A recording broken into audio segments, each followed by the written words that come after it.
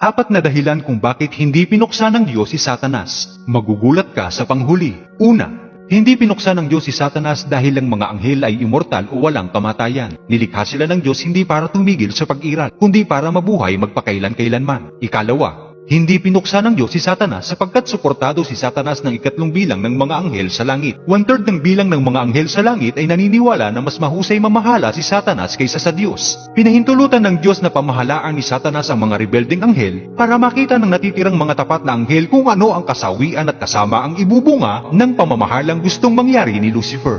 Ikatlo, hindi pinuksan ng Diyos si Satanas sapagkat ayaw ng Diyos na ang mga banal at mga tapat na anghel, maging tayong mga tao ay maglingkod sa Kanya sa pamamagitan ng takot.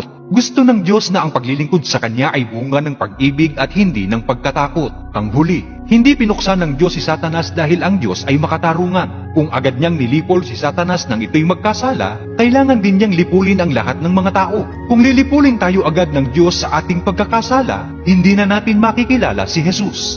At walang sino mang tao ang maliligtas. I-like at i-share ang video ito kung isa ka sa mga taong naniniwala na si Jesus lamang ang tanging daan patungong kaligtasan.